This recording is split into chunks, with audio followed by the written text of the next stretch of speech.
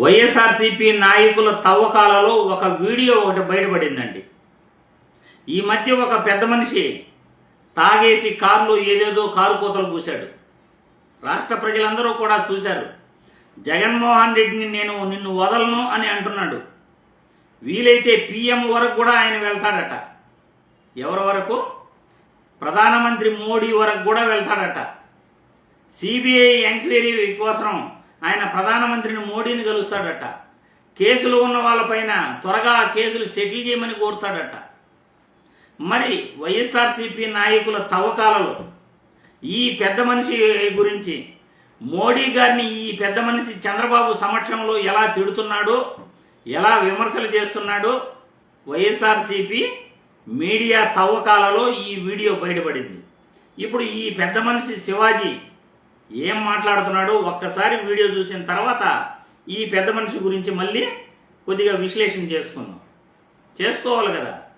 Video చూసే ముందుగా మన గొంతు 10 మందికి చేరాలి అంటే దయచేసి మన వీడియోకు లైక్ చేయండి.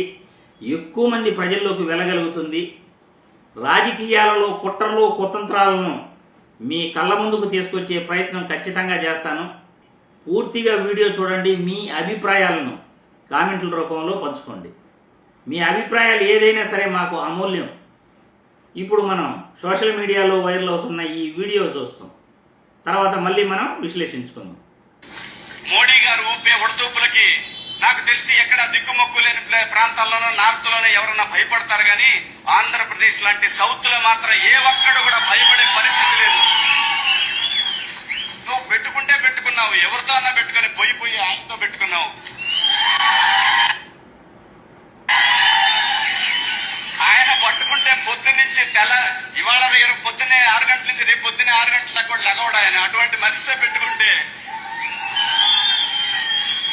నీ జీవితానికి ఇదే ఆఖరి రోజులైనా ప్రధానమంత్రిగా గో బ్యాక్ మోడీ అని అంటే ఆయన పాపం తప్పుగా ఢిల్లీ అనుకున్నాడు. గో బ్యాక్ మోడీ అంటే గుజరాత్ వెళ్ళి టీ కొట్టు పెట్టుకో స్వామి అని.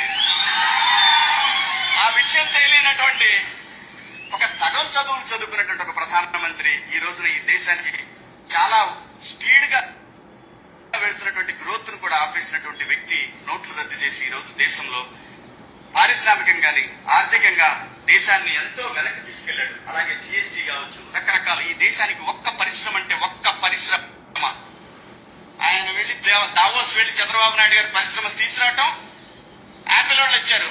ఒకసారి మర్యాద కలుగుతా వెళ్తే ఆంధ్రప్రదేశ్ కి యాపిల్ వెళ్ళిపోయింది. అది వచ్చి ఇక్కడ ఢిల్లీలోనో బాంబేలోనో కూర్చుంది.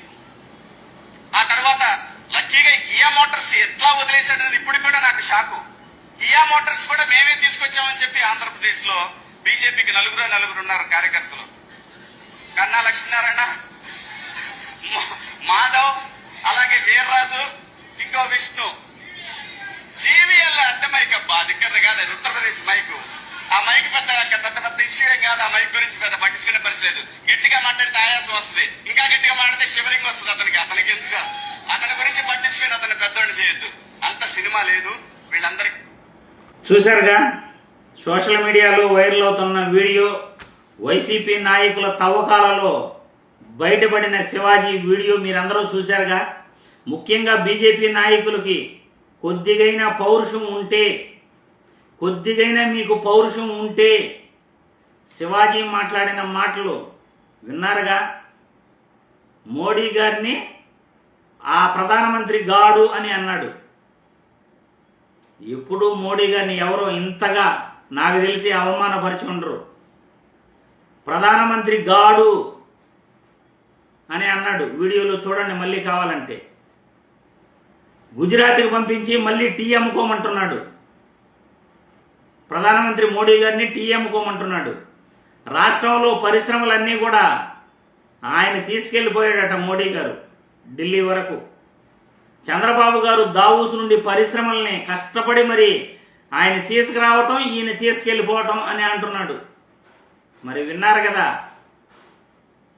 ఈ శివాజీకి ఎంత ఉందంటే అతనికి ఇంత అహంకారపూరిత మాటలు ఒక ప్రధానమంత్రిని పిఎం గాడు అంటూ ఇతను మాట్లాడిన మాటలు చూస్తుంటే మరి బీజేపీ నాయకులు ఈ వీడియో చూసిన తర్వాత ఎవరికైనా కొద్దిగైనా పౌరుషం వస్తుందా లేదా చూడాలి. ఎందుకంటే ఒక వ్యక్తి ఎలాంటి వాడు, మన పార్టీని పైకి తీసుకెళ్తాడా లేకపోతే లోపల వెనకాల గోతులు తవ్వుతాడా? అతను అలయన్స్లో ఉండొచ్చు, కానీ ఆ వ్యక్తిని నమ్మాలా వద్దా? బీజేపీ నాయకులు ఆలోచించుకోవాలి. మీకు దేశ నాయకత్వం పైన, బీజేపీ నాయకత్వం పైన ఎవరికైనా విశ్వాసం ఉంటే, లోకల్ ఆంధ్రప్రదేశ్ బీజేపీ నాయకులు ఈ వీడియో చూసిన తర్వాత కూడా గమ్మనే ఉన్నారంటే మీకన్నా పనికిమాలిన వాళ్ళు ఇంకెవరూ లేరు అని అర్థం. కాబట్టి శివాజీ మాట్లాడుతున్న మాటలు మీ అందరికీ చూపించాలనే నేను ఈ వీడియో ద్వారా మీ ముందుకు రావడం జరిగింది. ఒక వ్యక్తిని ఎప్పుడు కానీ వ్యక్తిగత విమర్శలు చేయకూడదు. నువ్వు సబ్జెక్టు పైన మాట్లాడు, ఎవరు కాదంట, సబ్జెక్టు పైన మాట్లాడాలి ఎవరైనా కానీ. వ్యక్తిగత విమర్శలు చేయటం ఏంది? ఒక రాజకీయ నాయకుడు మెప్పు కోసం ఇంకో రాజకీయ నాయకుడిని తిడతారా? ఇదేనా రాజకీయం? సబ్జెక్టు గురించి మాట్లాడండి అయ్యా, సబ్జెక్టు గురించి మాట్లాడండి.